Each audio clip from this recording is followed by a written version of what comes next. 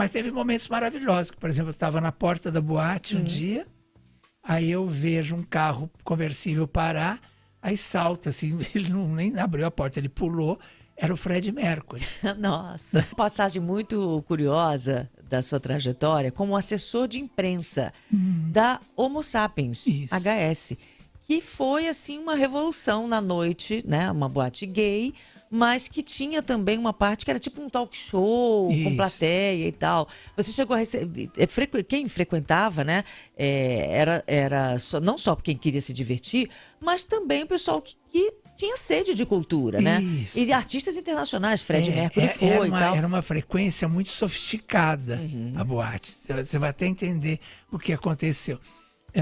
Eu levava artistas muito famosos, levei o Rubens de Falco, Zezé Mota, Regina Duarte, Clodovil. Nem Mato Grosso? Nem Mato Grosso. Nossa, todo mundo que estava na cena artística eu levava. E eram duas travestis que entrevistavam. No palco era um sofá, elas sentavam com o artista e tal. E eu que fazia as perguntas. E as perguntas é que tinha um pouco um molho. Uma assim. malícia. Uma certa malícia, porque tinha a ver com aquele público e tal. Eu lembro, por exemplo, da Dercy.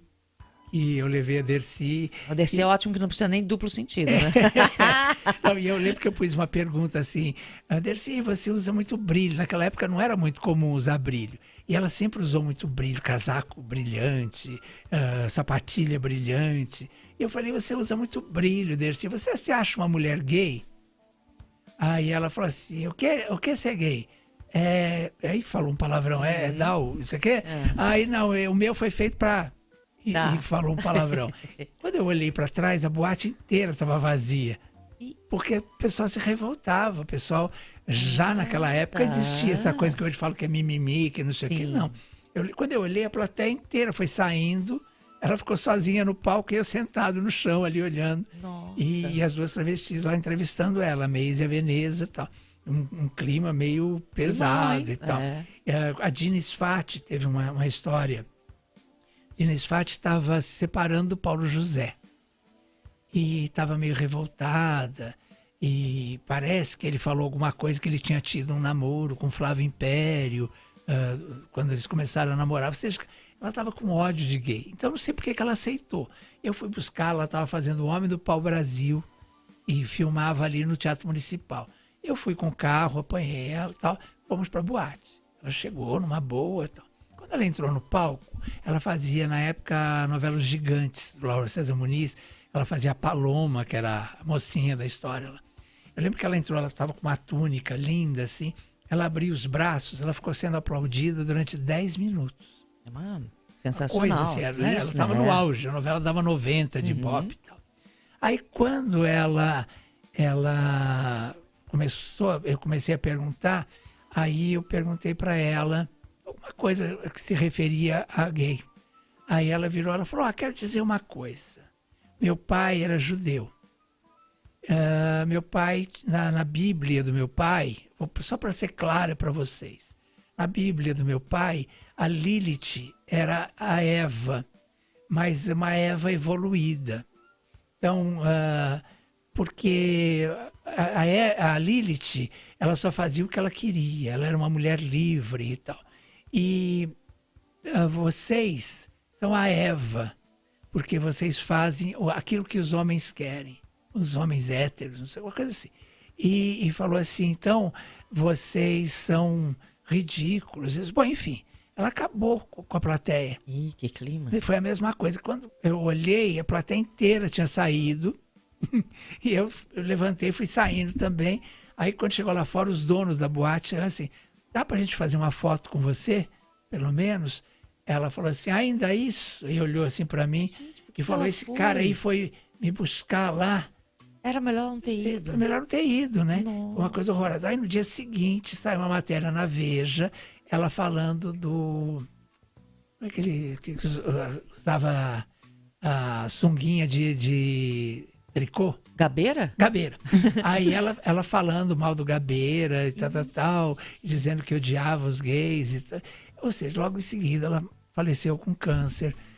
Quer dizer, ela estava num momento de ódio, difícil, assim. Muito. Quer dizer, mas eu não sabia. Né? Claro. Então foi um momento assim. Mas teve momentos maravilhosos. Por exemplo, eu estava na porta da boate um dia, aí eu vejo um carro conversível parar, aí salta, assim, ele nem abriu a porta, ele pulou, era o Fred Mercury. Nossa, do nada Uau. apareceu. Ele tinha acabado de fazer um show, acho que no Morumbi, né? E foi lá que ele queria se divertir. Ele falou claramente que ele queria se divertir. Aí eu levei, apresentei a boate para ele. Aí, dali a pouco, ele estava sem camisa, só de sunga, em cima do ombro de um cara, entendeu? E estava se divertindo. Ou seja, ele pelo menos ficou à Foi vontade. maravilhoso. Tem uma coisa também que a Lorena me falou e que eu lembro, né? Que você conheceu e trabalhou com o Augusto Liberato, o Gugu, antes dele ser o Gugu, né? Então, o Gugu foi meu Era substituto. uma criança, né? Ele foi meu substituto na boate. Olha que loucura. Porque a gente tinha trabalhado no teatro, eu fazia festas em casa de gente rica, para vestir de bicho, de super-homem, essas coisas, para poder pagar os meus espetáculos no teatro, né? E Peraí, como é que eram essas festas? Tipo, ia fantasiado? tinha um buffet, que na época não existia esses buffets todos que existem hoje. Mas para Tinha criança ou para adulto? Hã? Pra criança? Não, pra criança. Ah, para criança. Era tá. um único buffet que chamava Abelha, uma senhora chamada Dona Sara. E eu conheci ela na televisão, e aí ela falava assim para mim: vou deixar o senhor rico. O senhor indica meu buffet para fazer os doces, eu indico o seu trabalho. E aí, porque ela tinha visto meu espetáculo no teatro, ela gostou e tal, e ela indicava mesmo. E eu comecei a fazer muitas festas com gente assim, da alta sociedade de São Paulo. E levava muita canelada. Chegava tudo com o joelho sempre roxo. Qual a fantasia mais absurda que você usou? Qual era, assim, Leão? era uma loucura. Era o quê? De personagem? De personagem, eu Bicho? fazia, era super-homem, Tá. era o que estava na moda naquele Tá. momento, a gente ia. E sempre a mãe pedia O tema, né? o tema e tal, e a gente montava tudo, o cenário, figurino. E nessa época eu teve uma festa que eu tinha que fazer, que eu não tinha como, né? Eu ia nas duas, que eram as duas no mesmo horário. E aí eu liguei para a Tirani, que tinha uma agência em São Caetano, a Prit, que lançou Angélica, Patotinha, Polegar, Gugu, Adriane Galisteu, Eliana, lançou todos, né? É uma geração inteira da televisão brasileira ela lançou.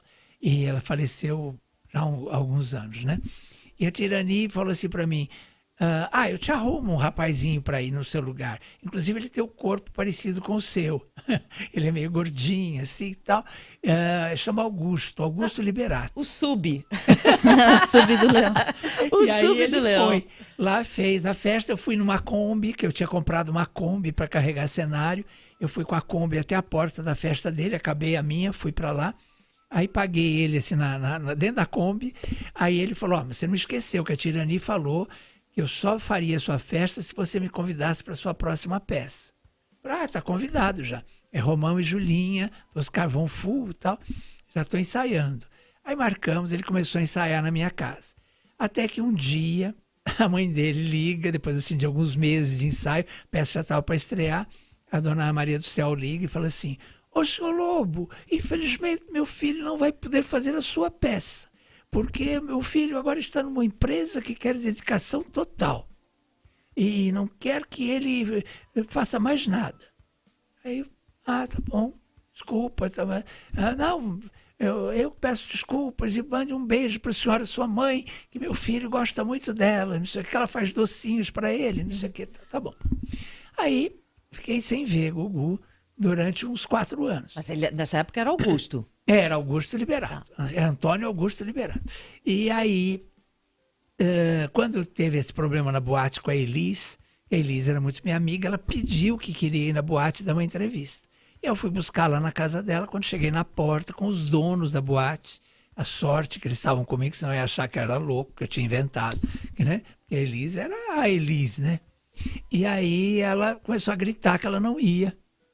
E eu entrei chorando, e aí o César me botou foi me levando para fora, assim: olha, a Elis viajou, e eu ouvindo ela gritar lá dentro que não ia, entendeu? Nossa. E eu fiquei muito traumatizado. E eu cheguei na boate e falei: não faço mais isso. Desculpa, posso continuar fazendo assessoria para vocês e tal, mas essa coisa de trazer artista, para mim, acabou aqui. Eu não aguento, eu vou infartar, eu tenho 24 anos. Eu lembro exatamente a idade por causa disso. E aí eles falaram assim, tem um rapazinho que vem aqui, chamado Augusto Liberato, ele é amigo da gente e tal. E eu falei, meu amigo. Então, ele falou que não queria vir aqui tirar o seu lugar, porque ele gosta muito de você e tal. Mas já que você está abrindo mão, a gente pode chamar ele? Eu digo, por favor, eu ajudo ele. E não sei o quê. E trouxeram o Augusto. Aí você passou o bastão. E aí ele ficou uns meses fazendo.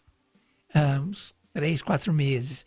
Mas assim, aí ele começou a você perceber como era o público da boate.